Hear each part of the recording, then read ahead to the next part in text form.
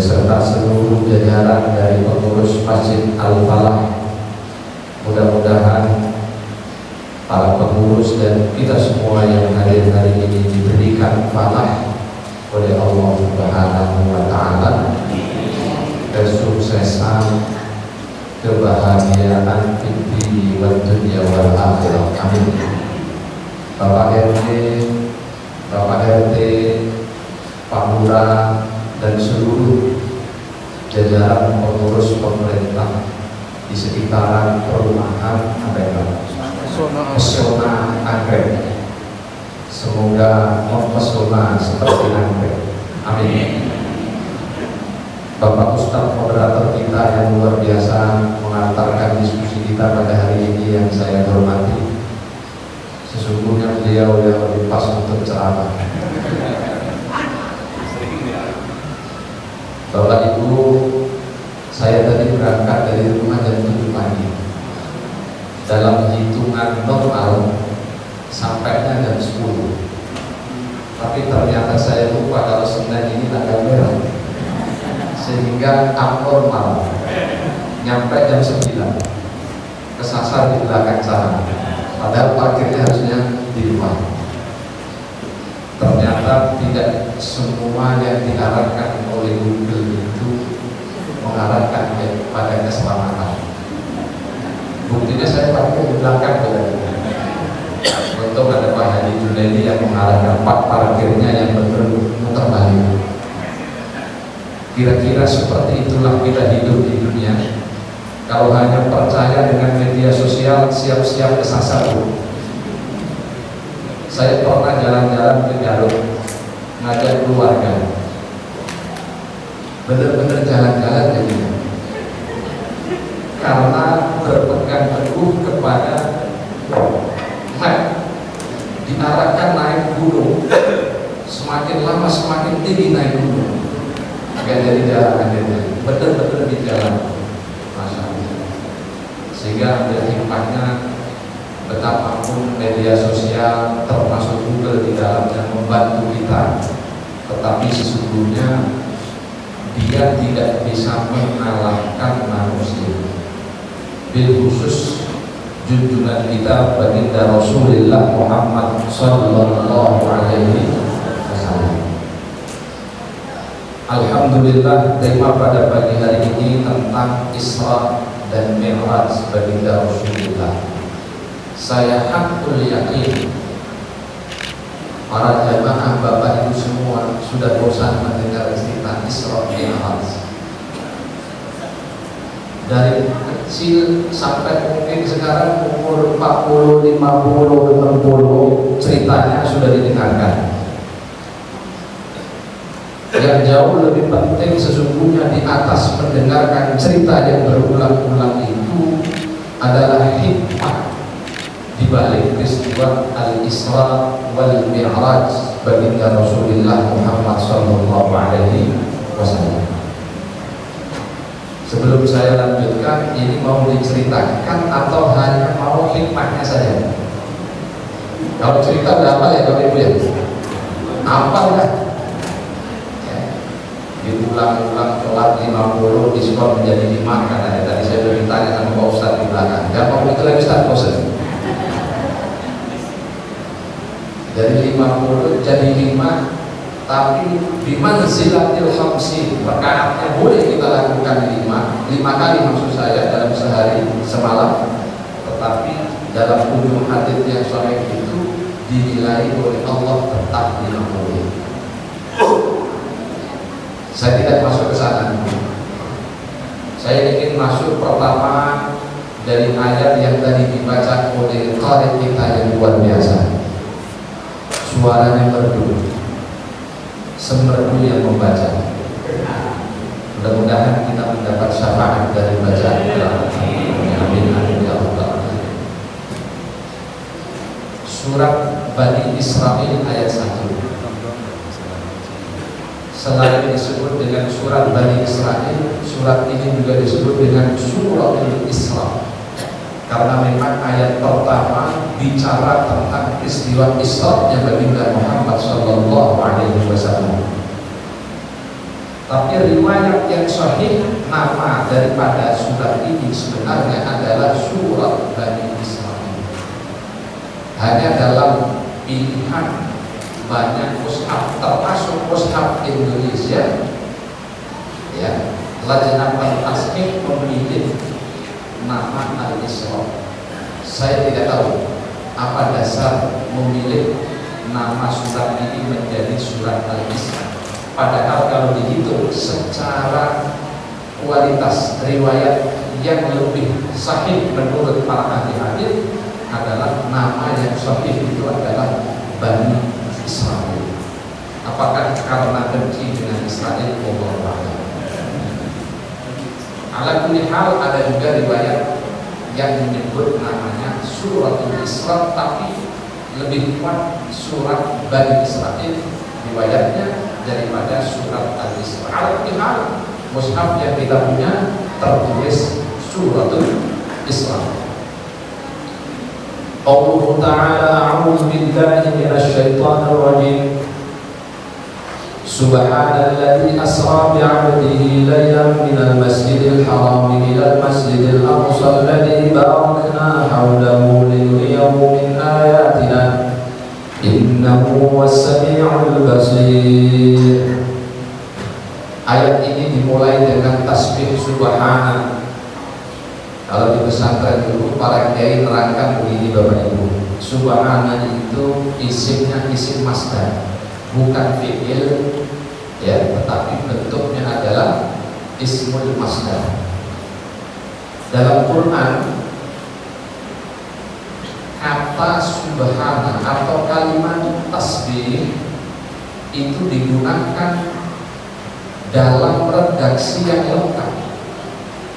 Sesekali masdar di surat ini, sesekali fi'il madhi, kata kerja lama, sesekali fi'il mudhari, kata kerja yang menunjukkan saat ini dan seterusnya yang akan datang, dan juga ada fi'il amal, yaitu kata perintah. Para ulama mengatakan ini menunjukkan bahwa di semesta ini desain Tuhan itu tidak boleh, tidak pernah ada stop satu detik pun untuk menyucikan Allah Subhanahu wa ta'ala. Yusabbihu lillahi ma fis samawati wal ardh, ini fi'il mudhari, present continuous tense. Sabbaha lillahi ma fis samawati wa ma fil ardi, fi'il madhi. Sabbih isma rabbikal a'la, fi'il amar, perintah.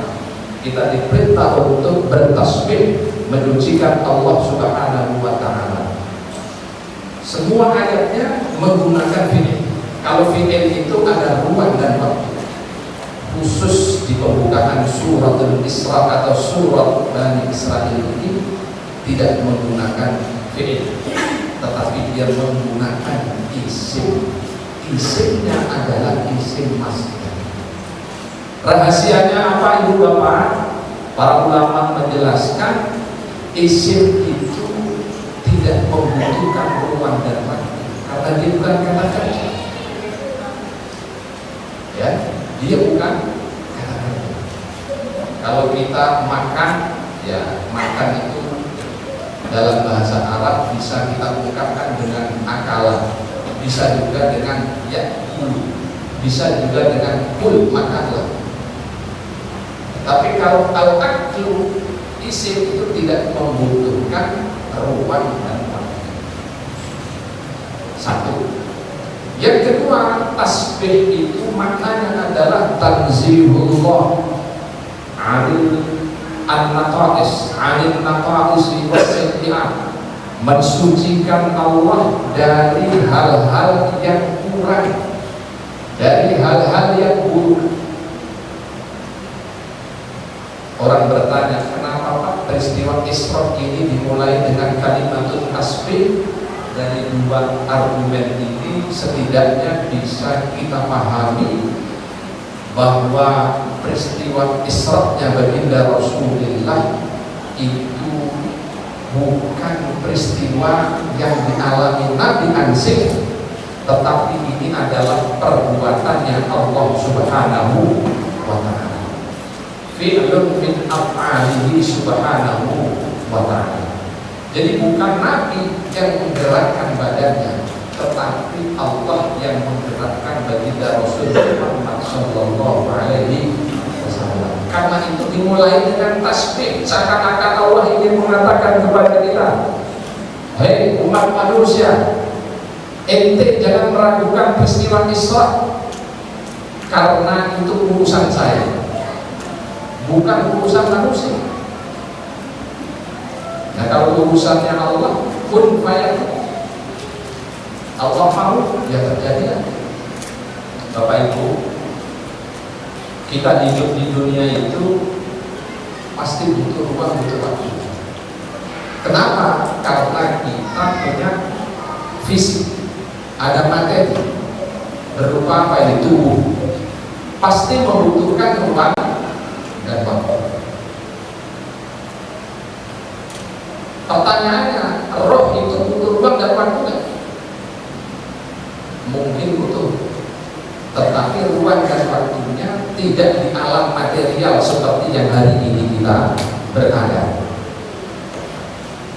Nah, peristiwa Isra wal Mi'raj, kata para ulama, kata para mufassirin, sekali lagi ini adalah peristiwa fi'lun min af'alillahi subhanahu wa ta'ala, perbuatannya Allah untuk memperjalankan baginda Muhammad sallallahu alaihi wasallam. Karena itu dimulai dengan kalimat tasbih, dan kalimat tasbihnya bukan menggunakan fi'il tapi menggunakan isim untuk menandakan bahwa peristiwa ini di luar hukum sebab musabab, di luar hukum ruang dan waktu sebagaimana kita pelajari dalam ilmu fisika.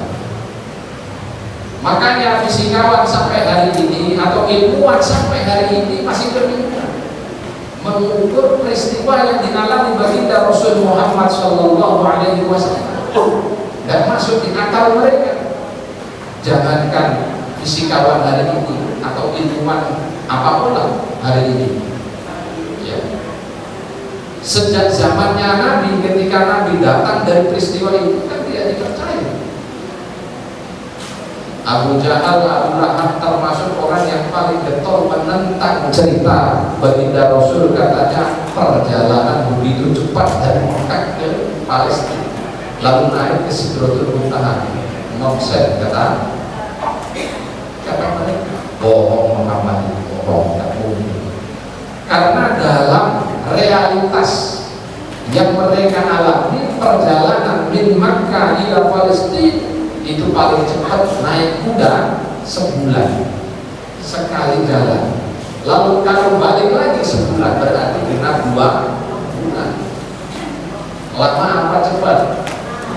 Ternyata lama. Ternyata fakta inilah yang dipakai oleh kaum kafir Quraisy untuk menghukumi peristiwa Isra-nya Nabi. Sementara sekali lagi Isra-nya Nabi tidak boleh dihukumi dengan hukum fisika, hukum ilmu fisik yang lainnya, di mana dia membutuhkan ruang dan waktu sebagaimana kita ada di sini. Mereka biasanya perjalanan kota, perjalanan kuda 1 bulan ke sana, 1 bulan ke sini, ya nggak masuk logika itu. Makanya mereka nggak percaya, lalu datang kepada Sayyidina Abu Bakar As-Siddiq ingin meminta dukungan karena Abu Bakar adalah teman karib sahabat baginda Rasul paling dekat. Mereka berharap kalau Abu Bakar nggak percaya, sudah selesai pengakuan Muhammad, jalan-jalan ke sana jauhnya. 1/3 malam terakhir, jangan sampai sehari, 1/3 malam terakhir. Ya. Di akalnya nggak masuk. Dia kira peristiwa ini adalah peristiwa sesuai dengan bayangan mereka. Padahal Al-Quran mengatakan subhanallah, tidak seperti itu. Lalu ada orang ilmuwan berkata begini dalam ilmu fisika itu, Kalau misalnya kan materi lalu berubah wujud menjadi energi, biasanya materi ini akan hancur. Dalam teori Robert Einstein, pergerakan misalnya materi katakanlah menjadi energi api, itu hancur Pak, dalam teori ilmuwan modern.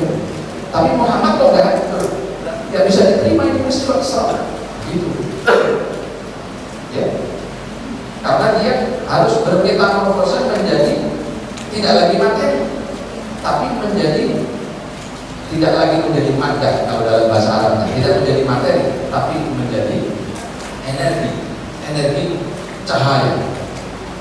Tidak mungkin, tidak bisa diterima secara ilmiah. Kata para ulama, dipikir seilmiah mungkin pun tidak bisa, karena ilmiah itu menggunakan tajribah, ilmu eksperimental yang basisnya adalah materi dengan materi.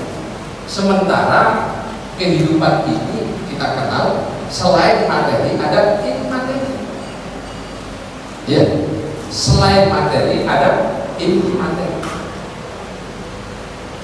Alat hal kita nggak usah bicara repot-repot ya. Kalau dalam perspektif teologi sebenarnya mudah, pokoknya percaya aja, nggak usah repot-repot kan gitu. Tapi seiring dengan perkembangan teknologi dan ilmu pengetahuan, ternyata banyak orang yang nggak mudah percaya dengan peristiwa Isra Mi'raj. Makanya banyak ulama berusaha untuk menjawabnya.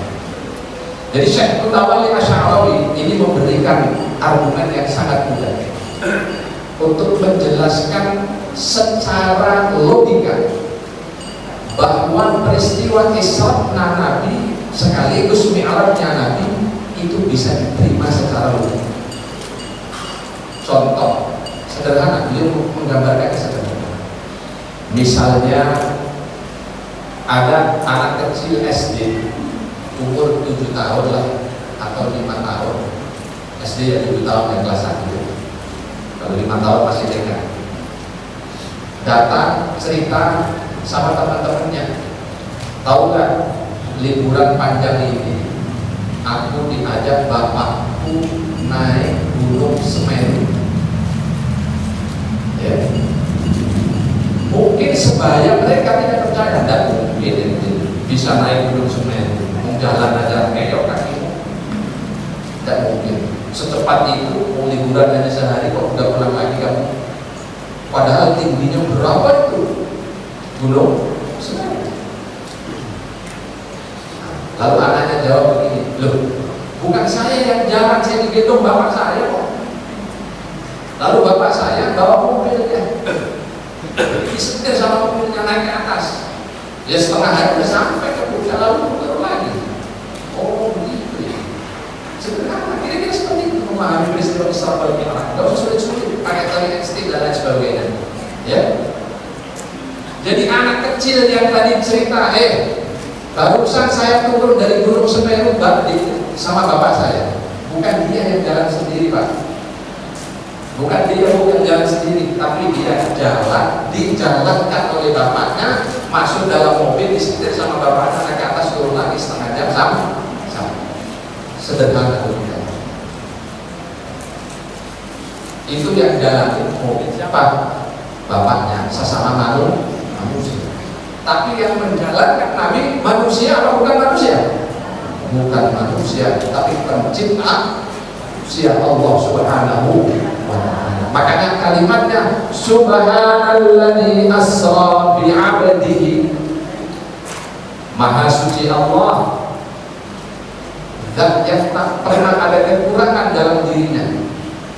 Alladzi asra bi 'abdihi, asra dari kata sara yasiru, sair itu perjalanan malam, tapi ikut pelajaran af'ala yuf'ilu if'al. Asra itu tidak jalan sendiri, tapi memperjalankan. Maka Nabi di situ tidak bersifat aktif, dia bersifat pasif. Yang aktif siapa? Tuhan Allah Subhanahu wa ta'ala. Anak kecil SD 7 tahun tadi, dia tidak aktif, dia duduk aja di mobil. Siapa yang jalanin? Bapaknya pakai supir. Dari sini bisa diterima nggak logikanya? Gampang kan? Kalau ada orang nggak percaya jawab begitu aja, repot amat. Nah, nggak usah pakai teknik. Pak, kalau berubah jadi cahaya hancur Pak, padahal Nabi hancur. Nggak usah pakai itu, ribet nanti. Ya, kita coba nggak isi kayu ya.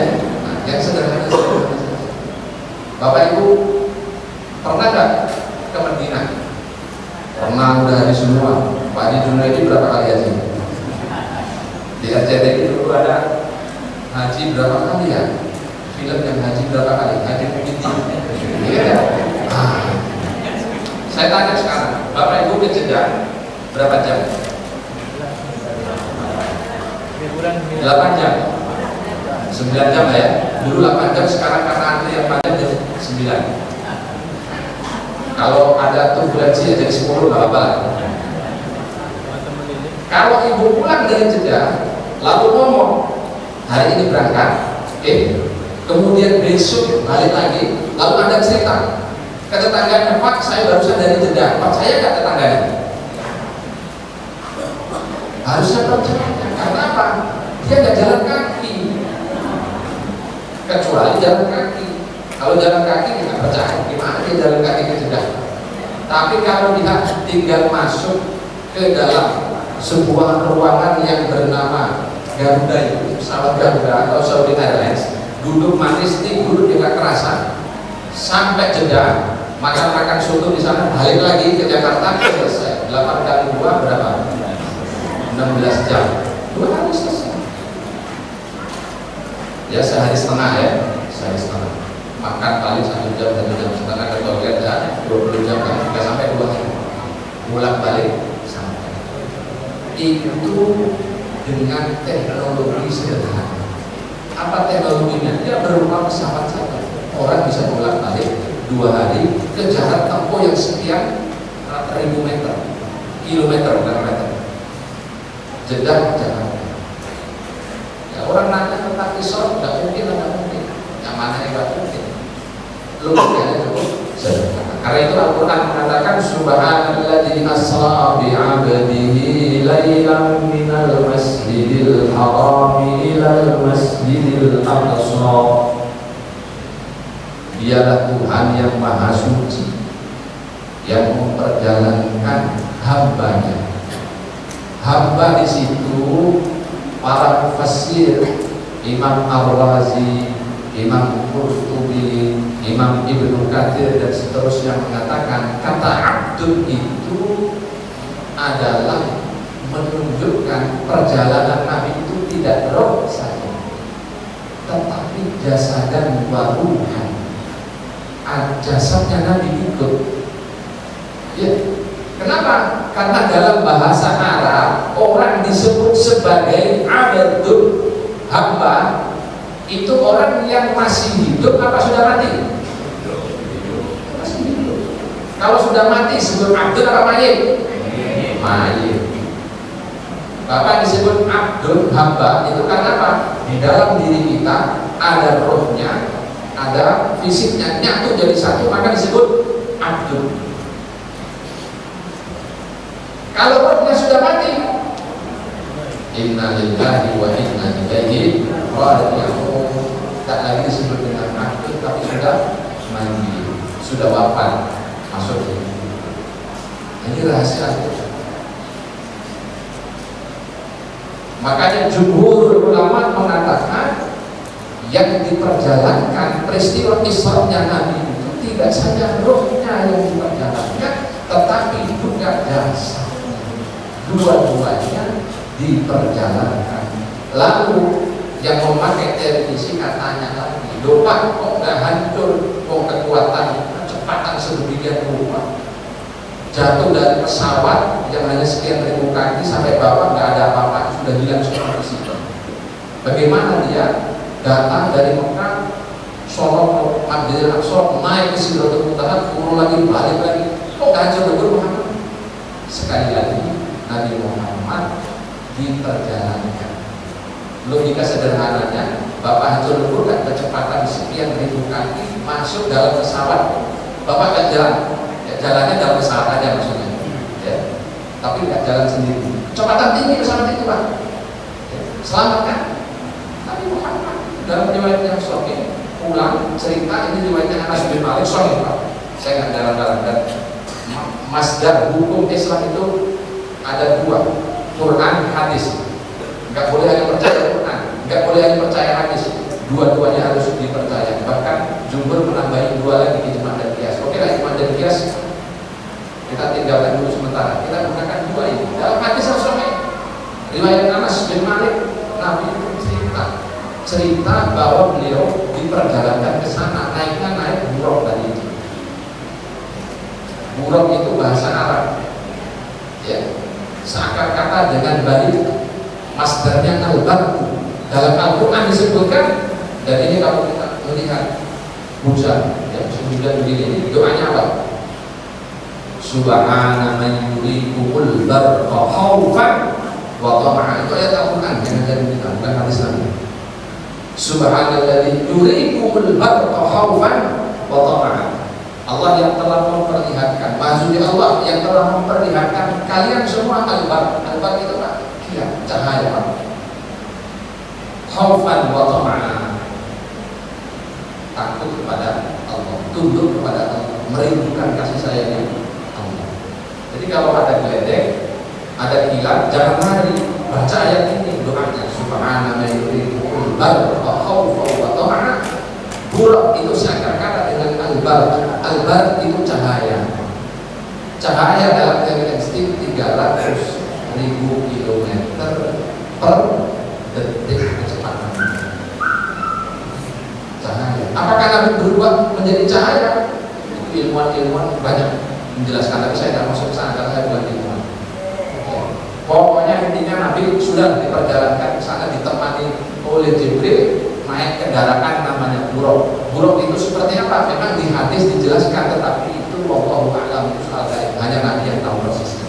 Memang Nabi menceritakan buraq itu seperti hewan, ya, seperti keledai, dan antara keledai dan kuda. Jadi ya tidak sebesar kuda, tidak sebesar keledai, antara keduanya, di antara keduanya. Tapi itu kan gambaran Nabi, tetapi apa hakikatnya seperti itu? Wallahu a'lam. Ya. Nah, ini soal subhanalladzi asra bi 'abdihi lailan minal masjidil haram. Kenapa malam hari perjalanan berapa itu? Mungkin ada yang bertanya, kok nggak siang-siang aja biar jelas tadi. Di sini para ulama, para mufassir menjelaskan rahasia malam. Jadi suasana malam itu menunjukkan atau mengisyaratkan tentang keteguhan. Nabi itu kan pada waktu itu dalam kondisi yang mudah bulanan.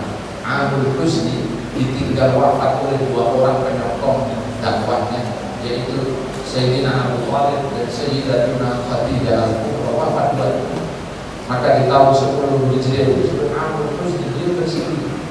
Kesedihan Nabi itu kan tidak bisa diekspresikan kepada sesama manusia.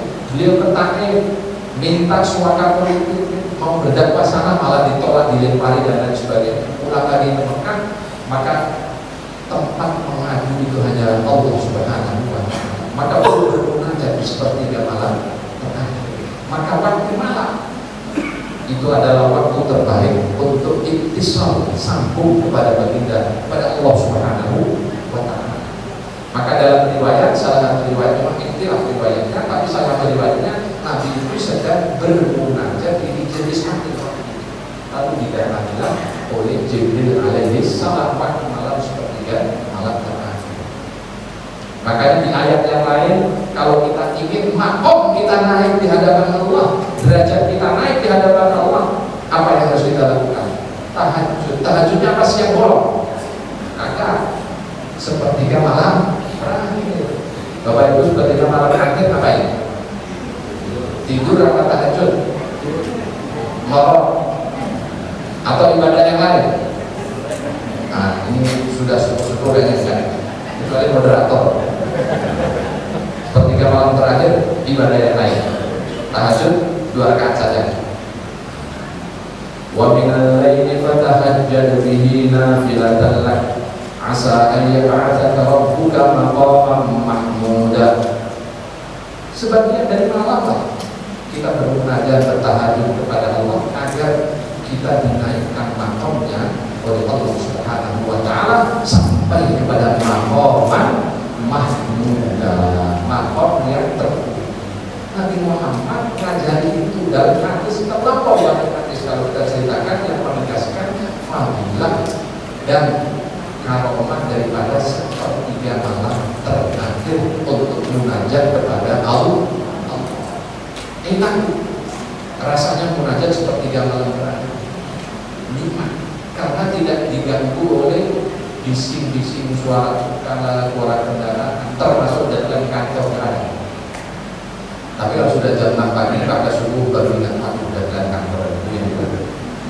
Ya, tapi kalau sepertiga malam terakhir, masya Allah, kita tunduk kepada Allah Subhanahu wa taala, munajat kepada Allah. Nah, disitulah saat puncak-puncaknya beliau munajat didatangi Jibril bersama dengan buruk itu. Ceritanya Nabi Muhammad cerita ini dari Anas, buruknya datang lalu beliau naik, bukan naik sendiri, Nabi dinaikkan ke buruk itu dalam riwayat yang sama. Coba bayangin, ini namanya sudah maqam mahmuda. Terus jalan sampai Masjidil Aqsa, macam-macam kan.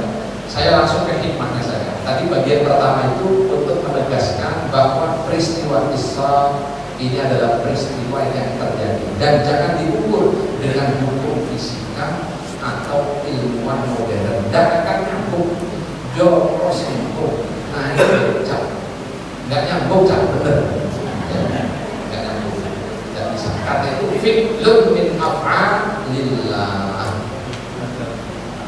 Baik. Hikmahnya apa sih? Kenapa sih Nabi di Isra Mi'raj? Saya ambil beberapa saja. Yang pertama begini,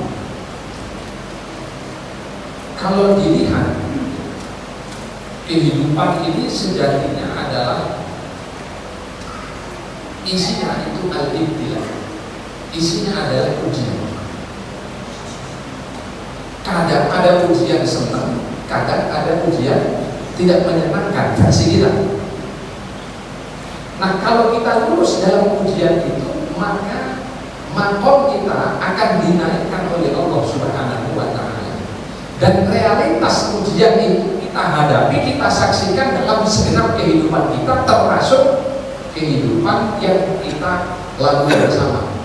Dari SD mau ke SMP, jangankan ke SMP, dari kelas 1 SD ke kelas 2 saja ada ujiannya.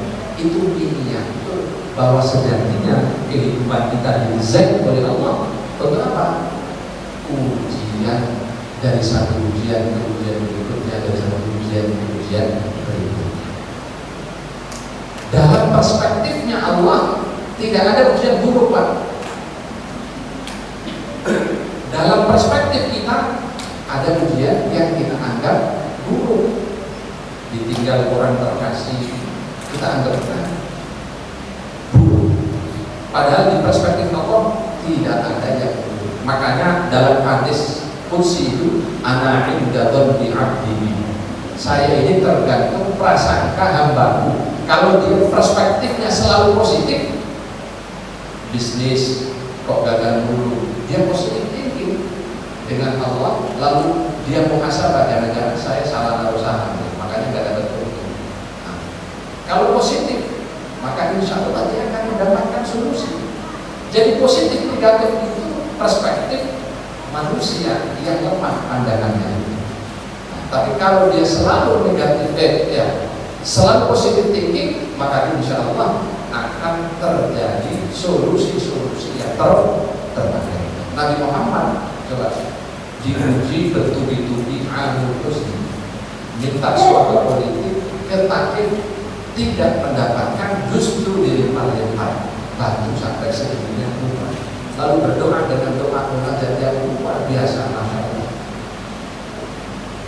Beliau merespon ujian itu dengan positif thinking, dikembalikan semua kepada Allah.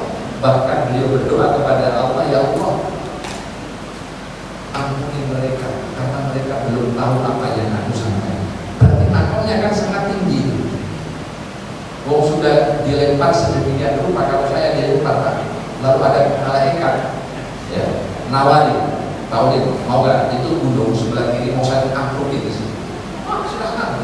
Bila perlu datangin gunung yang lain. Ya kan itu sebel ya. Tapi Nabi tidak begitu. Nabi mengatakan lah ya Jibril, jangan sungguh itu malaikat jibal, malaikat gunung apa mendukung lantakan gunung ke penduduk. Siapa tahu ke depan dari anak cucu mereka, dari sulbi mereka keluar turunan-turunan yang mentauhidkan dan beriman kepada Allah Subhanahu wa taala. Innahum qaumun la ya'lamun, mereka belum mengerti saja apa yang Nabi dapatkan kepada mereka. Maqaman mahmuda. Maqaman mahmuda. Nabi itu maqamnya mahmud, sudah sangat tinggi.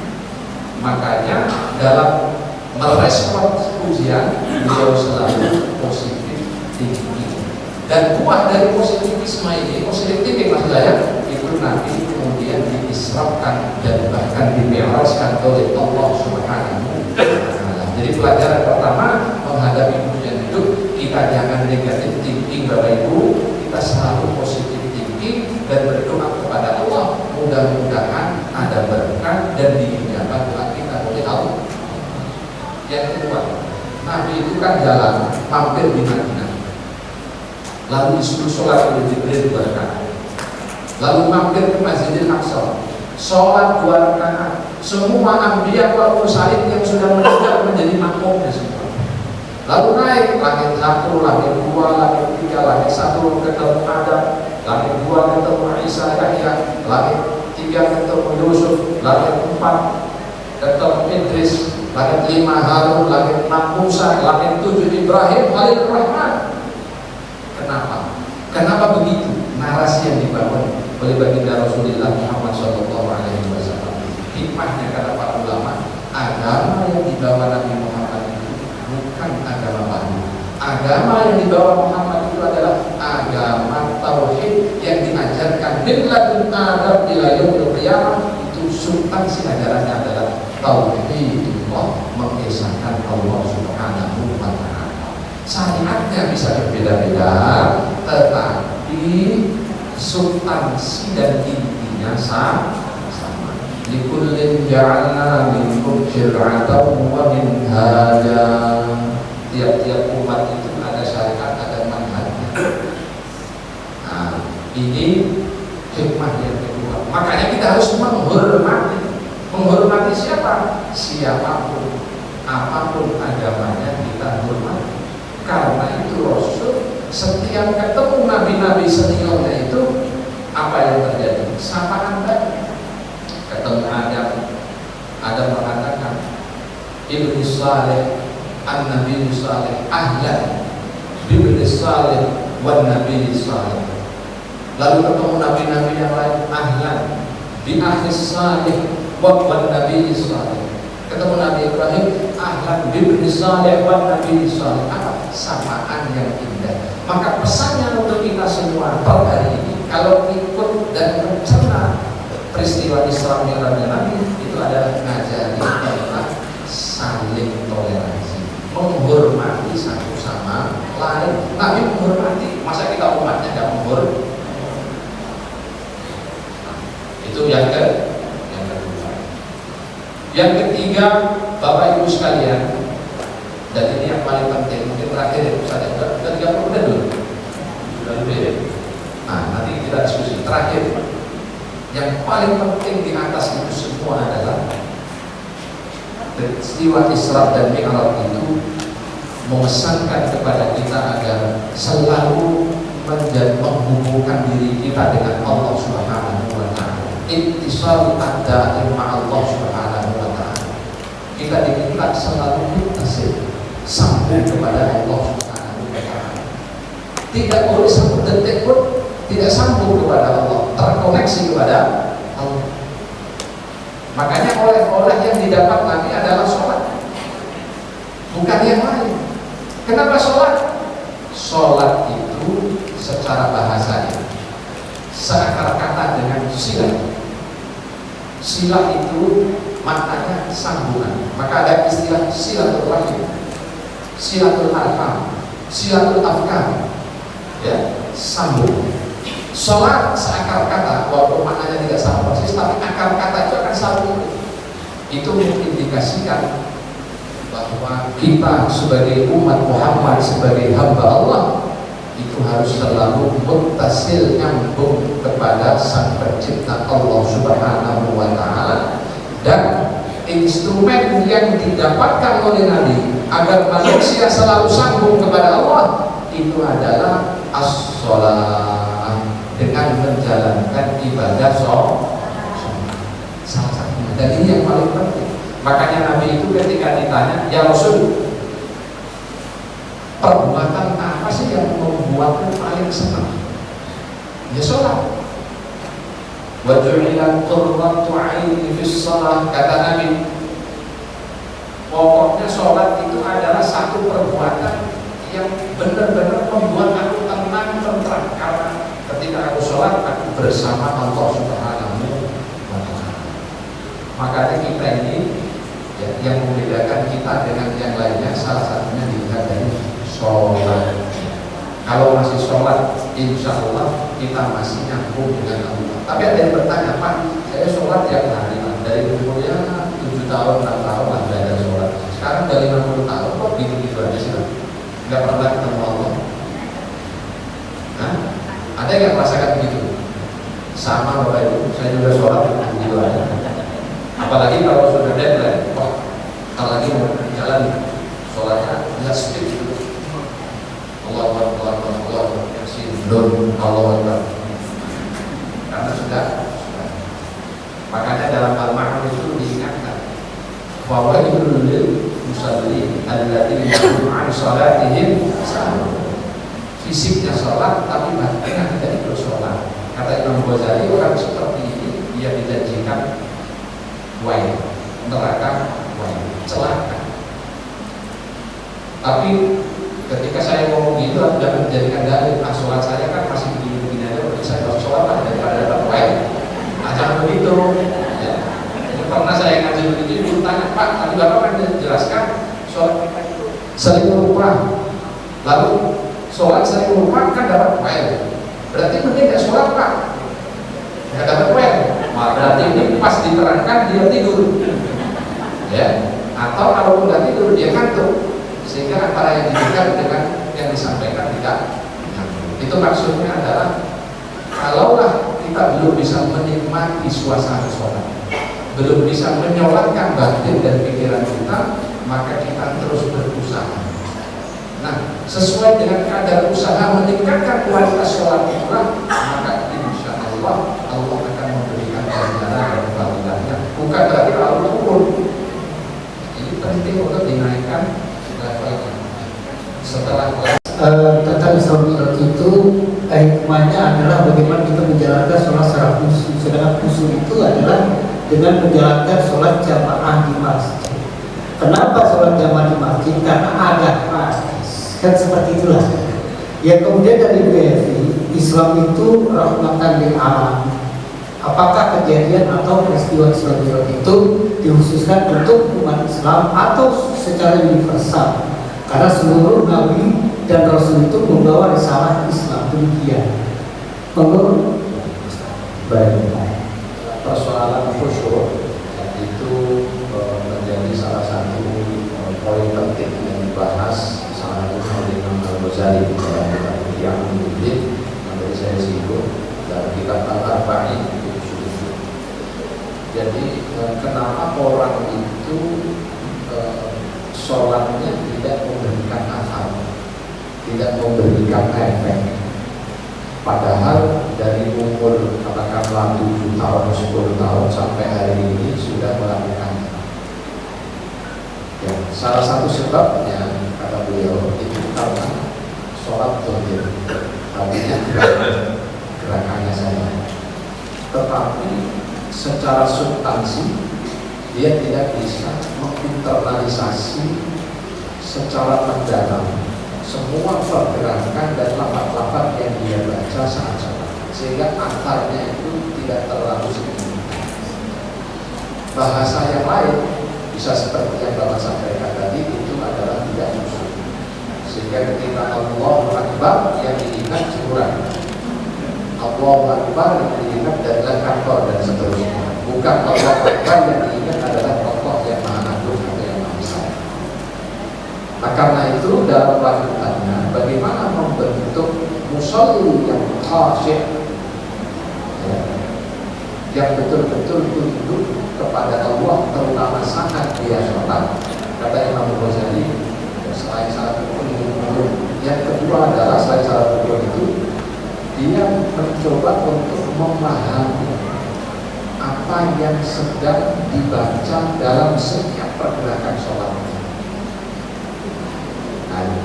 Allahu Akbar, setelah konsentrasi dia memahami betul bahwa dia sedang menghadap Allah yang Maha Agung. Artinya kalau Allah dideklarasikan oleh lisan yang agung, berarti kita yang mendeklarasikan di hadapan Allah. Saat itulah kemudian seluruh kesombongan itu akan sirna. Jadi adanya memang ada dalam batin.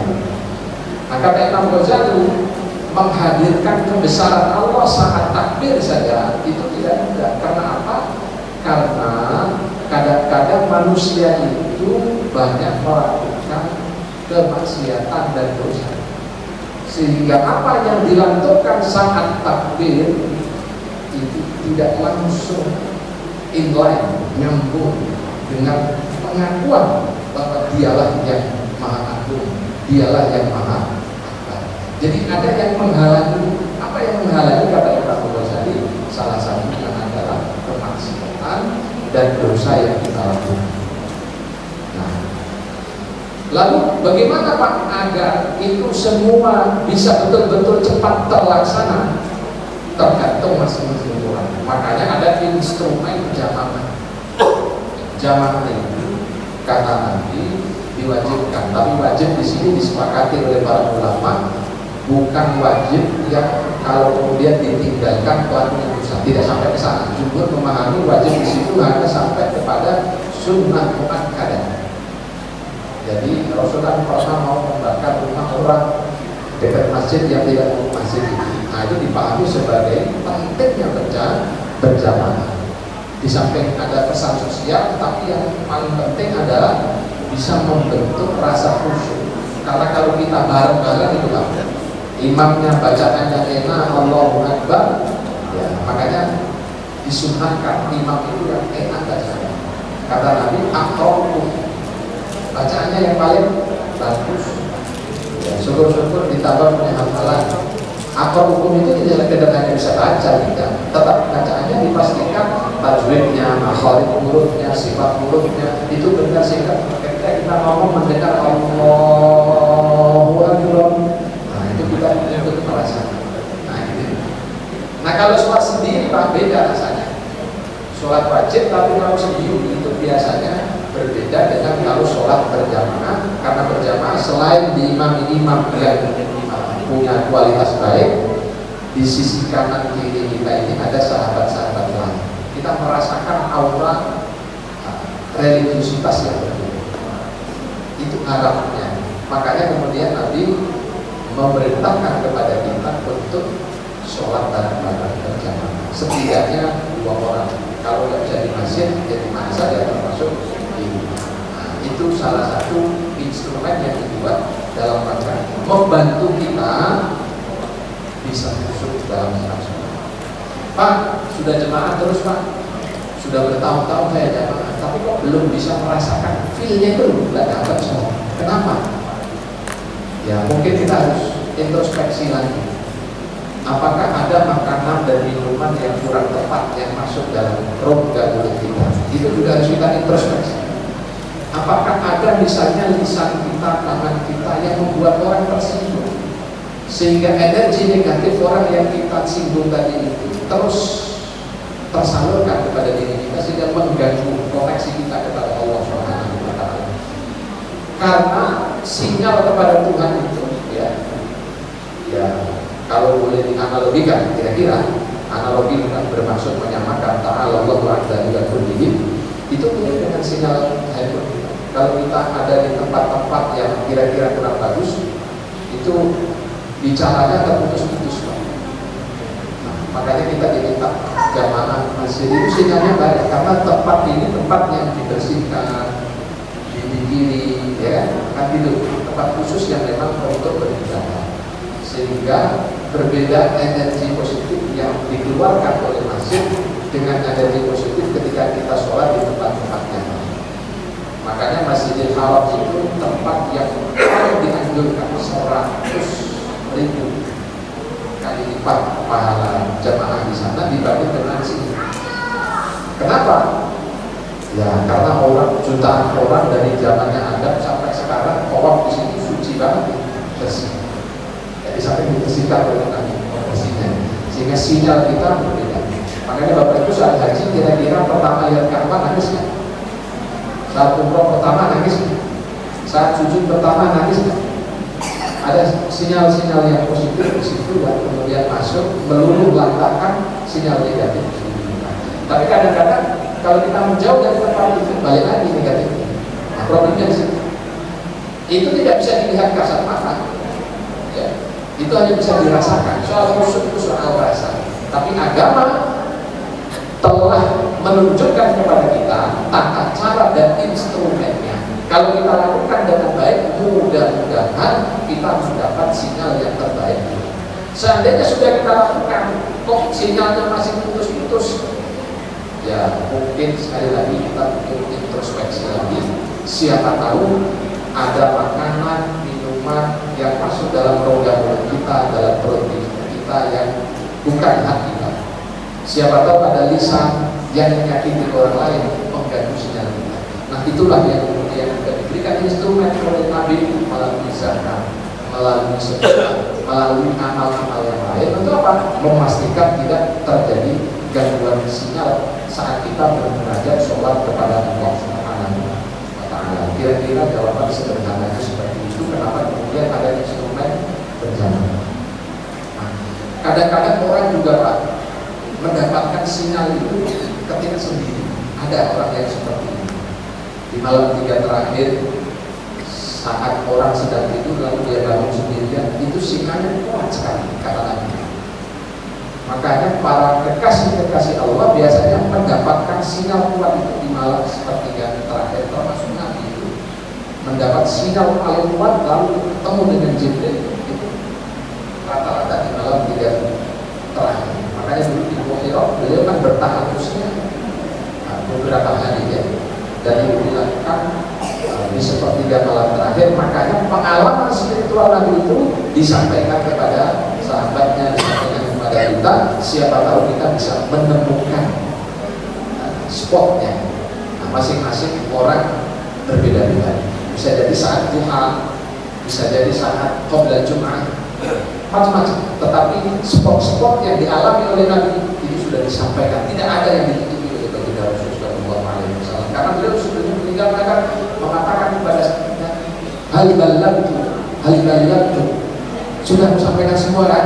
Iya ya Rasulullah sudah menyampaikan semua. Jadi kita tinggalkan dulu menguji coba waktu mana yang cocok dengan kita. Di waktu sepertiga ada cocok karena besok ganggu kita aktivitas, ya jangan di sini Pak. Berarti kita tidak di sini cocoknya. Ambil di waktu Tuhan. Cocok nggak waktu Tuhan? Oh cocok. Ya sudah ini hidup bed. Oh nggak cocok. Banyak khutbah banyak berdoa, mungkin cocok di sini. Kadang-kadang kalau khutbah itu cocoknya ngantuk ya. Dan pagi sampai siang, dulu setengah jam khotib ngomong kita tidur. Padahal di situ ada waktu mustajab.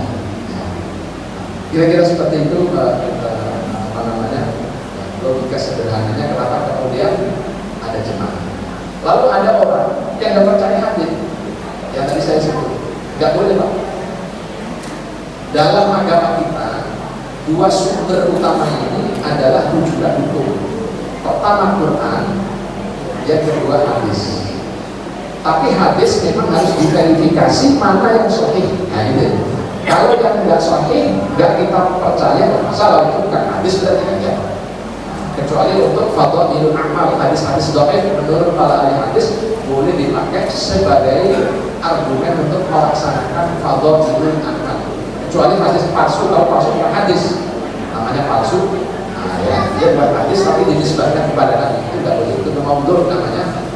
Tapi kalau suami harus dipercaya, diyakini datang dari Nabi, dan itu dijadikan dasar untuk kita beragama. Kalau orang tidak percaya, ya ada yang salah mungkin dalam dirinya. Karena dalam struktur sumber hukum, kalau kita belajar dalam usul fikih, itu ada 4 menurut jumhur ulama. Pertama Al-Quran, kedua As-Sunnah As-Sahihah, yang ketiga Al-Ijma', yang keempat Al-Qiyas. Ini yang disepakati jumhur ulama. Jadi kalau kita mengkonstruksi hukum agama, sumbernya 4. Sisanya al-istishab, syara'un qablana, dan seterusnya, al-istihsan, itu diikhtilafkan. Sebagian mengambilnya, sebagian lain tidak mengambilnya. Tapi kalau yang 4 ini itu disepakati oleh mayoritas ulama. Nah, hadis ada jalannya itu ada, berarti harus kita rujuk. Pak, tidak ada waktu untuk merujuk karena kita sibuk kerja. Nah, disinilah enaknya orang awam bisa merujuk kepada ustadznya, pada kiainya. Yang benar, tapi ya kiai benar, dia bisa benar, boleh dirujuk ya. Nah, bagaimana sholat beliau, ya ikuti, gitu ya. Allahu Akbar dan seterusnya. Nah, jadi seperti itu. Kenapa kok bisa dirujuk? Mukallaf itu boleh bagi orang awam. Kenapa? Tidak ada waktu untuk mendalami. Tetapi apakah boleh berhenti hanya mukallaf cara kaki? Usahakan tidak. Minimal kita mengetahui argumentasi kenapa takbir kita begini. Kenapa tahiyat kita begini, bacaannya begini. Minimal sebelum mati kita tahu dasar hukumnya, sehingga ketika ditanya malaikat, kata para ulama bisa jawab, ente kok tahiyatnya begitu, apa dasarnya? Ustaz, nah, kan gak enak Pak, Ustaz doang. Oh beginilah, malaikat begini bisa jawab. Jadi kita levelnya tinggi. Tapi kalau orang awam, kata para ulama, boleh juga hanya mukallaf kepada guru, pada para masyayikh itu. Syukur-syukur kita menaikkan levelnya, tidak lagi mukallaf tetapi bisa mujtahid. Nah, dengan cara belajar dan taklim seperti itu. Nah, kemudian untuk ibu, Islam rahmatan lil alamin. Apakah Isra wal Mi'raj itu juga berlaku umum? Sebenarnya begini, Al-Quran dan As-Sunnah atau totalitas ajaran agama yang disampaikan oleh Nabi itu sifatnya ammah, umum. Umum itu apa? Sebenarnya berlaku untuk semua. Ya, hanya saja ada orang yang percaya, ada yang kufur atau tidak percaya. Yang percaya berarti mengikuti teknis dan tata cara yang diajarkan oleh agama kita, oleh Nabi Muhammad SAW, dan alhamdulillah kita masuk di dalamnya. Makanya kita disebut dengan iman bin Nabi. Syahadat kita selain syahadat tauhid adalah syahadat Rasul. Rasulnya siapa? Nabi. Berarti kita mendengarkan ayat yang disampaikan Nabi, mendengarkan sunnah yang disampaikan Nabi Muhammad SAW. Nah, yang lain bagaimana? Sebenarnya kan akhirnya hanya mereka tidak menerima. Kalau tidak menerima ya urusan mereka. Nanti mereka akan dihisabkan gitu dalam ajaran mereka. Termasuk Isra wal Mi'raj. Apakah Isra wal Mi'raj ini juga informasi untuk semua? Untuk semua. Makanya Nabi datang sangat Isra Mi'raj diumumkan, ada yang iman, ada yang kufur. Orang yang iman pertama dengan peristiwa Isra Mi'raj namanya Sayyidina Abu Bakar. Makanya disebut saat itu juga oleh Nabi dengan anta as-siddiq. Ya. Karena beliau mengatakan apa kau percaya oleh saudara? Aku percaya kepada Nabi. Maka Rasul Nabi mengatakan anta as-siddiq. Karena itu Anda adalah as-siddiqnya. Saya kasih gelar as-siddiq, orang yang pertama kali membenarkan, mempercayai cerita ini. Makanya sampai sekarang Abu Bakar kita tambahi gelar belakangnya as-siddiq. Setelah Abu Bakar percaya, baru sahabat-sahabat lain yang percaya. Yang kufur ya tetap kufur. Nah, gitu ya. Nah, itu untuk ibu tadi ya. Nah, kalau hikmahnya sebenarnya banyak, tadi kan hanya cuplikan ibu ya. Hikmah bagi kita, bahkan bagi mereka yang tidak percaya sekaligus, Isra Mi'raj itu kan mengajak kepada kita untuk move on, bahasa orang sekarang. Move on. Move on itu bergerak dari titik keterpurukan menjadi titik yang bangkit kembali. Nabi dulu terpuruk betul, Bu. Ditinggal 2 orang terkasihnya, pembelanya, lalu ditimpuk batu sedemikian rupa oleh penduduk Taif, itu terpuruk sekali. Tapi ternyata kemudian diisyaratkan oleh Allah, berarti pesan hikmahnya mengisyaratkan kepada kita, ayo kita bangkit kembali. Nah, salah satu cara agar kita bisa bangkit, umat ini bisa bangkit dari keterpurukan, dan tidak ada orang yang tidak pernah melewati keterpurukan hidup, pasti pernah mengalami, tinggal levelnya beda-beda. Cara bangkitnya salah satu adalah dengan as-shalah, kembali kepada Allah Subhanahu wa Ta'ala dengan as-shalah. Makanya oleh-olehnya sekali lagi adalah as-shalah. Kita kembalikan ke sana. Memang kalau persoalan dikembalikan kepada Sang Pencipta itu jadi tenang. Nah, ini salah satu fungsi agama. Fungsi agama itu adalah menenangkan orang. Salah satu fungsinya. Kapan dia mendapatkan ketenangan? Salah satunya saat dia terpuruk, semua manusia kita minta tolong, ternyata tidak ada yang mampu menolong. Munajat kepada Allah, tadarruk kepada Allah, sujud kepada Allah, kita mendapatkan tenang. Berkecuran dari mata di hadapan Allah, kita mendapatkan ketenangan. Itu hikmah yang bisa kita ambil salah satunya dari peristiwa Al-Isra wal Mi'raj. Kenapa malam? Tadi sudah saya jelaskan. Sebagian tafsir mengatakan malam itu adalah waktu terbaik untuk melakukan konektivitas dengan Allah Subhanahu wa Ta'ala. Untuk Pak Haji Jadil, ya, itu soal tafsir, dan monggo saja dikembangkan. Tafsir yang Bapak sampaikan tadi bisa dibaca. Kalau bahasa Indonesia-nya ada tafsir ini dikarang oleh Kementerian Agama. Penjelasannya ada semua di sana. Kalau yang berbahasa Arab, tadi saya sebut Zadul An-Najjar bukan tafsir al-ayat al-kauniyah. Kemudian Harun Yahya itu bukan tafsir, tetapi dia seorang ilmuwan yang mencoba melihat pesan Quran dari i'jaz ilmiah, kemujizatan saintifiknya. Itu Harun Yahya. Ya. Kemudian ada tadi dia sebut Jauhari, Tonton Jauhari, tafsir 3 juz, namanya Jawa di Quran, itu juga berbahasa Arab. Semua ayat-ayat kaumnya seperti yang Bapak sampaikan, termasuk apakah langit, samawat itu dimaknai dengan langit, itu sampai hari ini ilmuwan tidak selesai. Termasuk darrah yang dulu oleh mufassir klasik dimaknai dengan sebiji sawi, lalu setelah diketemukan partikel yang lebih kecil dari sebiji sawinya tidak dipakai, tapi darah itu atom. Lalu oleh ilmuwan diketemukan lagi ada lagi partikel lebih kecil dari atom, namanya proton atau apa, saya bukan ilmuwan, ya, apalah namanya, ditafsirkan itu. Lalu nanti ada temuan lagi, terus itu akan berkembang. Itu soal tafsir, tapi ayatnya tetap. Mau samawat dimaknai langit, mau samawat dimaknai apa lagi, mau. Planet sudah banyak penjelasannya, di tafsir juga banyak. Ya, apakah itu Venus, Jupiter, itu di tafsir Qurtubi penjelasan seperti itu. Ar-Razi dalam Mafatih Al-Ghaib sudah dijelaskan secara panjang lebar. Itu di abad 5 Hijriah, ya, di abad 5 Hijriah Ar-Razi sudah menyampaikan mengenai keragaman penafsiran. Kenapa Al-Quran multi tafsir dan bisa dilihat dari berbagai perspektif? Bapak Ibu jangan lupa, Quran itu bukan kalam manusia. Quran itu kalam Allah, kalamnya Allah. Kalam Allah tentu tidak bisa direngkuh, diwadahi dengan pemahaman manusia yang terbatas ini. Kalam Allah tentu tidak cukup hanya dilihat dengan satu perspektif. Yang ilmuwan melihat dari perspektif ilmuwan, dia silakan, itu perspektifnya mungkin menenangkan bagi dia. Tapi bagi yang tidak ilmuwan, memahami dengan bahasa-bahasa ilmuwan, mungkin dia akan semakin bingung.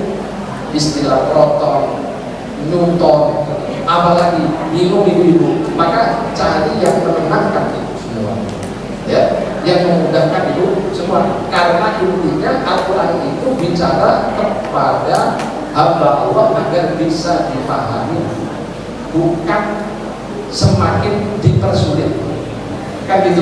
Makanya Abdul mengkritik tafsir isinya cerita-cerita Israiliyat, maka beliau tulis tafsir Al-Manar. Tayran ababil, masa malaikat ya berubah wujud menjadi koin burung, lalu burungnya ngambil batu-batu kerikil dari neraka, dilempar laut bergelimpangan mati. Kata aku, Muhammad Abdul ini Grand Syekh di Al-Azhar waktu itu ya. Kata aku, ini kalau disampaikan ke orang barat, kebetulan barat waktu itu sudah gencar-gencarnya ibu saya, jangan percaya dengan Quran, pokoknya saya ganti tafsirnya. Qurannya tetap yang dibaca, kalau kita buka bi ashabil fil dan seterusnya, tapi penafsirannya dia dekati dengan pendekatan ilmiah. Dia katakan apa? Tayran ababil itu bukan seperti narasi tafsir klasik, tapi Tayran ababil itu seperti apa? Virus. Dia pakai bahasa modern karena penemuan waktu itu memungkinkan dalam benaknya virus, dia pakai ini maksudnya adalah virus. Jadi ayat ini menunjukkan bahwa dulu pasukan Abraham dikirim virus oleh Allah, lalu virus itu masuk ke dalam tubuh mereka, lalu bergelimpangan mati. Pada saat itu ketika diceramahkan di Sorbonne, diceramahkan di Jerman, percaya orang Jerman, oh begitu ya, ternyata Islam rasional masuk ke kita waktu itu. Sekarang ada penemuan baru, mungkin tidak relevan. Silakan, monggo. Wong tafsir itu tergantung siapa yang menafsir. Al-Qur'annya tetap, tafsirannya tergantung perspektif. Dengan catatan tidak boleh sembarangan. Ya. Imam As-Suyuti mensyaratkan 15 syarat ilmu bagi orang yang hendak menafsirkan Al-Qur'an. Walaupun ini tidak disetujui oleh semua ulama. Apa? Bahasa Arab dia harus kuasai, ilmu usul din harus dia kuasai, ilmu hadis harus dia kuasai, ilmu nahwi wa sarfi harus dia kuasai, ilmu istiqaq harus dia kuasai, ilmu bayan, ilmu badi, ilmu ma'ani harus dia kuasai. Terakhir yang nomor 15, Imam Suyuti mengatakan ilmu mauhibah. Ilmu mauhibah itu syarat ke-15 dan ini syarat yang paling berat. Lalu dijelaskan makna mauhibah. Mauhibah itu adalah ilmu yang diberikan oleh Allah Subhanahu wa taala. Dalam bahasa Al-Qur'an surat Al-Kahfi itu namanya ilmu laduni. Wa 'allamnahu min ladunna ilma. Itu ternyata dijadikan syarat terakhir oleh As-Suyuti bahwa Al-Qur'an karena kalam Allah, betapapun harus kembali kepada Allah, minta petunjuk kepada Allah, tidak semata-mata dengan perspektif dan kemauan manusia. Demikian, mudah-mudahan ada barokah dan manfaatnya. Saya berikan kepada Pak Ustaz Muhammad. Terima kasih jazakallah ahsan jazaa. Kita ucapkan terima kasih yang sebanyak-banyaknya kepada pembicara kita kali ini. Sungguh luar biasa dan menambah pengetahuan kita. Baik pengetahuan kita itu berguna bagi kehidupan dunia maupun agar lebih kita mengenal siapa yang menciptakan dunia ini. Itu kan penting ya kan? Kita penting sholat, tapi yang penting adalah siapa yang menyuruh sholat, kan gitu. Siapa yang menggerakkan sholat. Baik Bapak Ibu hadirin dan hadirat sekalian, demikian kajian kita dalam rangka memperingati Isra dan Mi'raj Nabi Muhammad SAW kali ini. Mudah-mudahan Allah berikan barokah manfaat fid dunya wal akhirah. Al-Fatihah. A'udzubillah.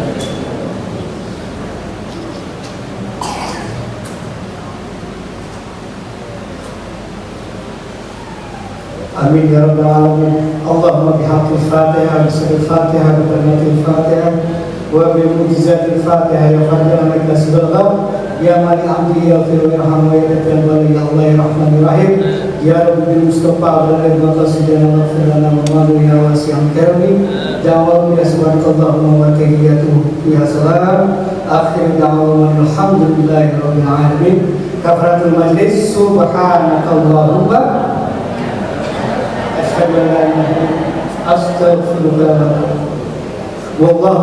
sebagai bagian dari dogma agama kita, Dan Al-Quran yang secara sharih mengatakan di ayat 1 yang tadi dibaca, ya, subhanallah asra bi 'abdihi lailan minal masjidil haram. Memang soal apakah Isra'nya Nabi itu jasad saja atau roh saja atau jasad dan roh terjadi ikhtilaf sejak dahulu kala. Jumhur ulama sebagaimana yang tadi saya kutip berpendapat jasad dan waruhan, jasad dan rohnya ikut dua-duanya. Dasarnya apa? Kata bi'abdihi tadi yang sudah saya terangkan. Nah, apakah orang yang tidak percaya dengan Isra Mi'raj jasadnya, tapi rohnya saja itu kufur? Ya, tidak kufur. Ini soal ikhtilaf. Ya, tidak kufur. Misalnya sebagian sufi itu memandang peristiwa Isra wal Mi'raj itu bukan peristiwa fisik, tetapi itu peristiwa roh, peristiwa metafisik. Nah, apakah mereka kufur dalam arti keluar dari agama Islam? Tidak. Karena apa? Ini berasal atau bersumber dari perbedaan penafsiran dan pemahaman terhadap awal surat Al-Isra yang tadi sudah disebutkan di awal. Hanya saja yang saya sampaikan itu versi mayoritas atau versi jumhurul ulama. Nah, ini. Jadi apakah yang mengatakan Isra Nabi itu roh saja itu kufur? Tidak kufur. Kalau nggak disebut kufur, kufur bermakna lughatan, bukan kufur i'tiqadan, bukan keyakinannya, tetapi kufur secara bahasa saja. Apa makna kufur secara bahasa? Ya, dia kufur, tidak percaya, dalam arti tidak percaya jasadnya ikut digerakkan oleh Allah, oleh malaikat Jibril sampai ke sana, tapi rohnya mereka masih melihat. Lalu kalau dilanjutkan pertanyaannya, Pak, kalau kufur dua-duanya, pokoknya Nabi nggak pernah Isra, nggak pernah Mi'raj, jumhur ulama mengatakan ya dia kufur. Ya, karena sudah menentang daripada Al-Qur'anul Karim, terutama yang peristiwa Isra-nya. Karena Mi'rajnya masih dipertentangkan oleh para ulama. Mi'raj itu jasadan baruhan atau tidak? Karena ayatnya nggak tegas. Ya, yang Isra-nya itu tegas, subhanalladzi asra bi'abdihi, itu jelas. Tapi kalau peristiwa Mi'raj itu ayatnya tidak tegas, tidak jelas, maksud saya tidak seperti ketegasan ketika menceritakan peristiwa Isra. Kan An-Najm yang dibaca oleh Ustaz Khalid tadi, ya, ayat 13 sampai 18 itu yang dijadikan dalil oleh para ulama untuk berargumentasi peristiwa Mi'rajnya Nabi, ditambah dengan hadis-hadis yang lain. Nah, memang soal Mi'raj itu diikhtilafkan, jasadnya ikut apa rohnya saja, itu perdebatannya lebih seru lagi. Nah, orang yang mengkufur itu apakah yang tidak percaya dianggap kufur yang mengeluarkan dari agama? Ulama mengatakan tidak sampai mengeluarkannya dari agama Islam. Mu'tazilah itu tidak meyakini jasadnya Nabi, karena itu tidak masuk akal mereka. Masa jasadnya Nabi naik ke Sidratul Muntaha? Gimana? Tidak percaya, karena mereka kan kaum rasionalis di dalam hidup Islam. Tapi apakah mereka dianggap kufur i'tiqadi? Tidak, karena mereka masih kiblatnya, ya kiblatnya sama, nabinya sama, kemudian Tuhannya sama, hanya tafsir itu apa? Perincian daripada ajaran mengenai kenabian dalam hal ini peristiwa Isra itulah yang diperselisihkan atau yang tidak dipercayai oleh mereka. Maka kalaulah disebut sebagai kufur, itu kufur lughatan, bukan kufur i'tiqadiyah, karena mereka masih saudara kita. Mu'tazilah itu kan menyebut Al-Quran makhluk, sementara jumhur ulama menyebut Al-Quran itu bukan makhluk. Apakah Mu'tazilah kita sebut kufur? Tidak. Kalaulah disebut kufur, kufurnya kufur bersifat lughawi, bukan kufur i'tiqadi. Karena i'tiqad mereka meyakini Allah tetap Tuhannya, sholatnya juga tetap menghadap kiblat. Jadi aspek usulnya, aspek pokoknya masih dipercayai oleh mereka. ini soal teknis perdebatan teologis, tapi kalau ditanya moderator kan harus dijawab. Walaupun singkat jawaban, sebenarnya ini semesternya harus 2-3 semester. Tapi singkatnya kira-kira begitu ya. Ada kufur intisadi, ada kufur fi'li, ada kufur lugawi atau lugatan. Disebut kufur itu kayak misalnya kita ngomong bersama orang yang nakal banget, ya. Lalu kita ngomong setan lu. Nah itu kan setan yang dimaksud bukan berarti dia setan beneran kan, tidak berubah wujud menjadi jin kan, tapi tetap manusia, tapi kelakuannya kayak setan. Kufur intik bukan kufur intik kok, karena dia masih meyakini Allah, meyakini Nabi Muhammad, masih menyembah kiblatnya sama. Mereka akhuna al-muslimin, saudara kita dalam seiman. Hanya furuknya, cabang-cabangnya berbeda dengan cara pemahaman kita. Ada masalah, kita hormati mereka itu. Nah, kemudian lupa saya pertanyaan berikutnya. TikTok. Apa tadi bahasa? Medsos. Enggak medsos. Tentang Quran. Tidak percaya Quran atau apa itu? Teknologi. Jadi kan kalau misalnya tadi bukan yang dijabarkan itu kan kemustahilan secara teknologi, ya. Karena iman itu samina wa ta'na, takut lah gitu kan, takut gitu. Tapi kalau bicara Ar-Rahman ayat berapa tuh 33 ya, satu yang masalah ini mengisi satu itu ya, yang ujungnya itu illa bisultanah seperti itu ya. Hai dan manusia, kalau emang kamu sanggup nembus gitu kan. Dan kamu tidak akan bisa tembus kecuali dengan sultan. Versi sultan ini kalau kita asal-asal sekarang ini itu kan bicarakan teknologi. Maksud saya itu kan apakah memang kejadian Isra Mi'raj itu kalau kita sambungkan dengan beberapa ayat, kemudian dengan versi zaman sekarang yang misalnya blog itu ya sebenarnya bukan itu gitu kan, karena pada saat itu adalah Nabi untuk menjelaskan beberapa aspek ilmu itu nggak paham pada saat itu. Nah sekarang pada zaman ini dikembangkan ya. Apakah ayat itu bisa ditafsirkan bahwa manusia itu sebenarnya bisa membuat peristiwa Islam itu secara sains gitu loh maksud saya. Dan saya sendiri juga nggak saja dan gitu Ustaz. Iya, ya di Mesir itu ada ulama ya, seorang ilmuwan dan namanya Zadrul Najjar. Dia punya tafsir ayat Al-Qur'an. Ya, cara penjelasannya itu ada ayat-ayat kesemestaan seperti itu, termasuk Ar-Rahman yang tadi disebut. Lalu termasuk juga yang surat Isra di awal-awal ini juga disebut. Memang sebagian ilmuwan Muslim itu mencoba melogikakan peristiwa Isra wal Mi'raj dengan temuan-temuan ilmiah. Ini soal perspektif penafsiran, sah-sah saja menurut saya. Ya, karena tafsir itu berkembang. Misalnya memahami ayat dengan perspektif saya, boleh. Di Kementerian Agama beberapa tahun yang lalu juga menerbitkan namanya tafsir ilmi. Semua ayat-ayat kealaman, ya, itu juga didekati dengan pendekatan ilmiah. Kalau pertanyaannya bolehkah kita menafsirkan peristiwa Isra Mi'raj dengan tafsir ilmi? Boleh. Ya. Ada namanya Imam Tontowi Jauhari Mesir. Itu punya kitab tafsir. Dia seorang ahli biologi, ahli fisika, tapi juga hafizul Quran. Nulis kitab tafsir namanya Jawahirul Quran. Jawahirul Quran. Ya. Sesuai dengan namanya Tontowi Jauhari.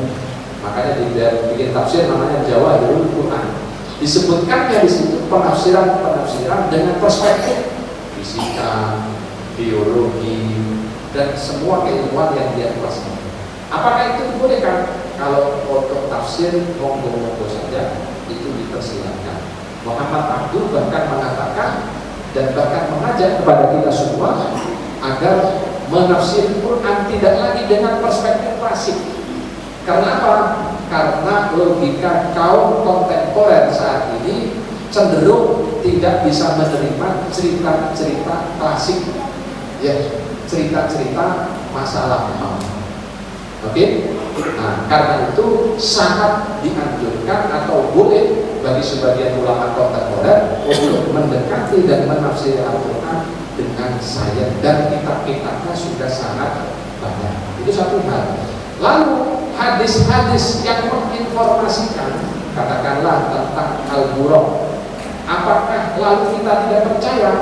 Menurut saya tetap harus kita percaya, karena hadis itu kalau sahih sumbernya Nabi, dan kalau sumbernya dari Nabi terkonfirmasi kesahihannya, kita harus meyakini.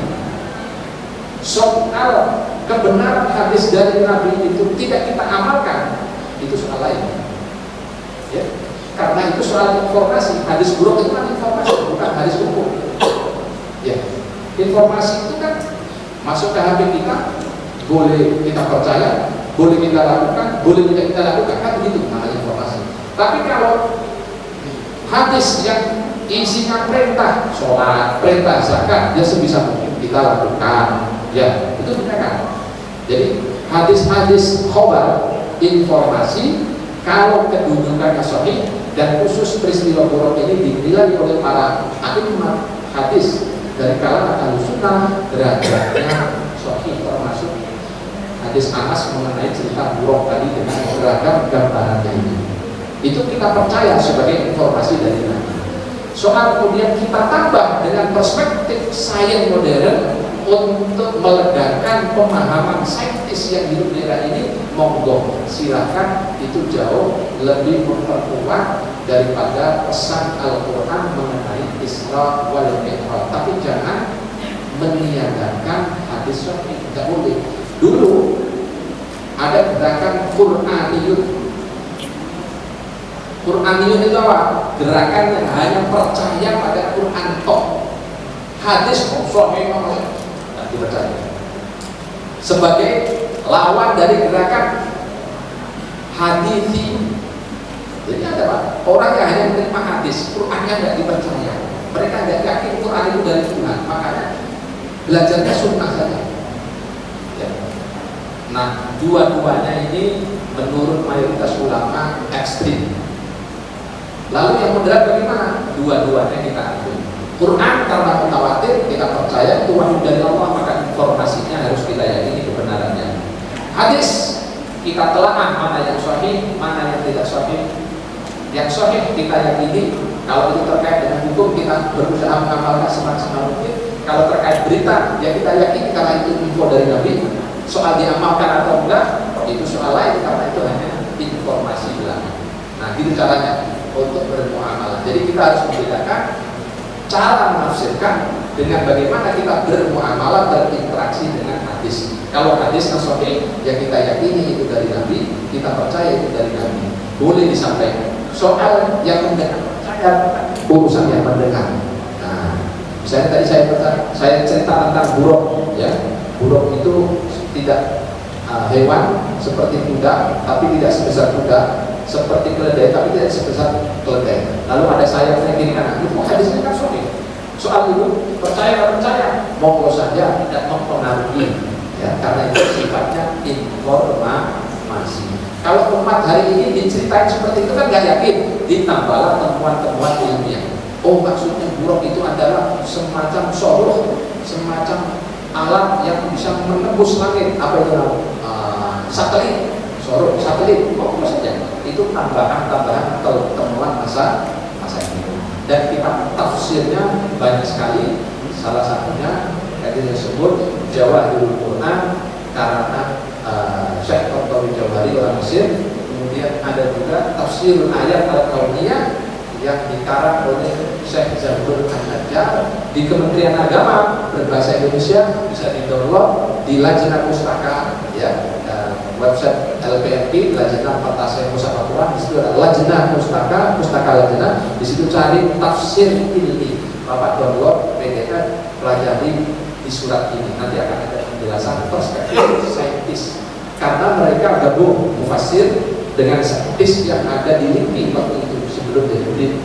Nah, mereka kan ilmuwan, fisikawan, ahli biologi, gabung untuk membaca ayat-ayat kealaman kesemestaan. Jadi kalau kita tidak puas dengan penjelasan masa lalu melalui riwayat-riwayat, kita bisa tambahkan dengan penjelasan tafsir saintifik itu semakin memperkokoh keyakinan dan kepercayaan kita tentang ajaran agama yang kita ikuti. Demikian Pak. Iya, baik, terima kasih banyak dan sangat luar biasa jawabannya, sangat memuaskan ya. Barangkali mungkin ada 3 ya termin. Yang pertama soto, ya ada lagi 3 ya. Kalau nggak ada yang 2 lagi sampai asal saya tungguin. Ada 3. Pertama situ Pak Kiai Langitan 1. Yang kedua, ya nanti itu Ibu. Nah, ya, oke. Pertama, mana ini?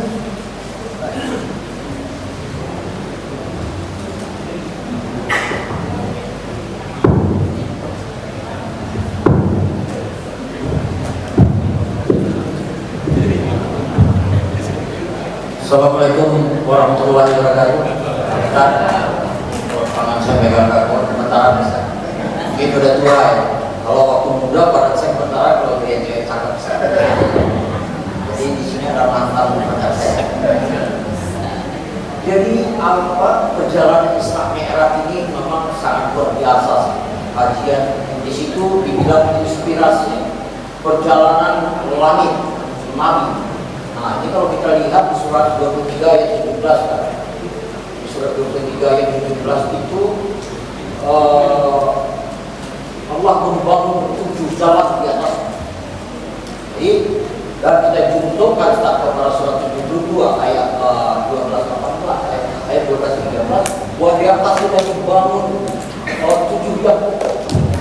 Dan ada suatu ini saya tidak mengkritik Ustaz enggak, karena Ustaz tadi cerita Nabi bahwa Nabi itu dijadikan wajib marah, jangan, karena ilmunya belum sampai, makamnya belum cukup. Dan saya ke Ustaz juga demikian, belum sampai pengetahuan Ustaz pada Isra Mi'raj ini. Jadi yang dapat itu hanya apa yang dibaca saat ini kan gitu Ustaz. Kita tidak boleh stop pokoknya sampai di sini, enggak. Karena saya lihat para mufassirin itu tidak kenal apa arti samawat itu. Perkataan samawat itu mereka tidak paham. Ya kan sabah samawati. Kalau kita lihat surat 47 ayat 3 itu Allazi khalaqa sabah samawati tibaga man tara kafir rahmani min tafadhul warji'i basara cara itu. Di situ Allah menciptakan 7 samawat. Gak usah diartikan dulu langit. Langit apa sih arti langit itu tidak tahu kan? Tidak tahu langit itu apa. Dalam ilmu pengetahuan langit itu adalah pandangan. Tidak seremeh itu arti Al-Quran itu. Apa itu samawat sebenarnya? Kalau kita mengkaji Isra Mi'raj ini, saya kasih tip kepada Ustaz. Di surat 42 ayat 9. Wa min ayatihi khalqus samawati wal ardi wa ma batha fihima min dabbatin wa huwa ala jabtihi iza yasal qadir. Nah, di 3 ayat istiqomah ini terjemahan yang ada, ya saya sih nggak jauh-jauh dalam bahasa Arab enggak, tapi saya lihat artinya aneh. Pertama samawat, kemudian basa, kemudian dabba. Samawat itu apa sih? Waktu ayat ini dan dari ayat-ayatnya menciptakan samawat dan bumi. Nah, bumi ini kan udah tahu Ustaz. Samawat apa sih? Ya kan? Dan pada keduanya, pada samawat dan bumi ini, kami tebarkan makhluk melata. Nah, kalau ada makhluk melata di samawat, apa sih ciri-ciri makhluk melata? Mempunyai landasan untuk bagian melata, pasti kesana. Misalnya ular dan landasan enggak ke bagian melata. Pasti ada makhluk hidup itu kan disebut melata. Itu ciri-ciri makhluk melata. Nah, dapat itu diartikan makhluk melata. Berarti samawat itu benda konkret, bukan abstrak. Nah, saya bisa dipahami sampai di sini ya, bahwa samawat itu adalah benda konkret, ada makhluk melata di dalam. Enggak, saya enggak nanya apa saya nambahin aja Ustaz. Saya kalau bertanya sama Ustaz kan kata Ustaz Afid, jadi jangan bertanya kalau sudah mengetahui, jadi saya menambahkan ya. Ya, nanti saya jawab juga Ustaz. Ustaz jadi juga nggak bisa menjawab kenapa Nabi itu berangkat malam hari bukan siang hari, nggak begitu Ustaz. Kalau berdasarkan Al-Quran ya, ini saya berdasarkan Al-Quran. Saya bukan orang Al-Quran ini sih.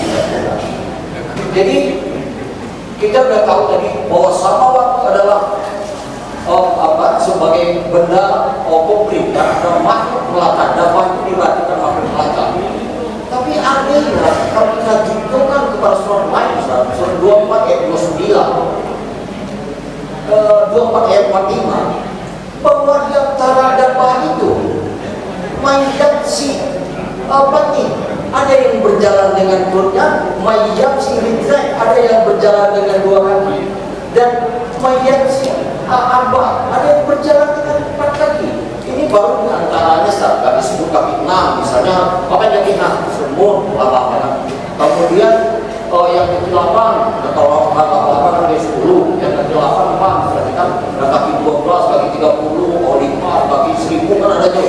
Yang disebut ada yang banyak mewakili kaki ini. Jadi tidak cocok arti dapat tidak kita makhluk melata. Karena seluruh makhluk yang bernyawa, yang berjiwa dikatakan tidak berat. Harusnya ayat itu adalah makhluk yang berjiwa, yang bernyawa.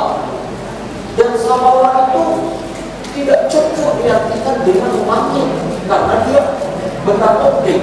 Ada makhluk yang bernyawa di atas. Kalau Ustaz mengembara tentang kata-kata langit, Ustaz, di langit itu di surat 65 ayat 12, sebentar saya karena ini pengetahuan.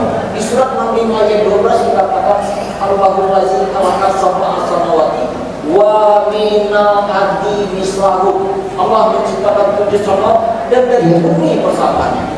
Nah, ini tambahan katanya. Dari di sini moderatornya saya. Oke, siap. Jadi sedikit juga ada saya ingin kepada Ustaz Abid meragukan tadi, kalau roh di dalam Al-Quran kami tiupkan kami siap.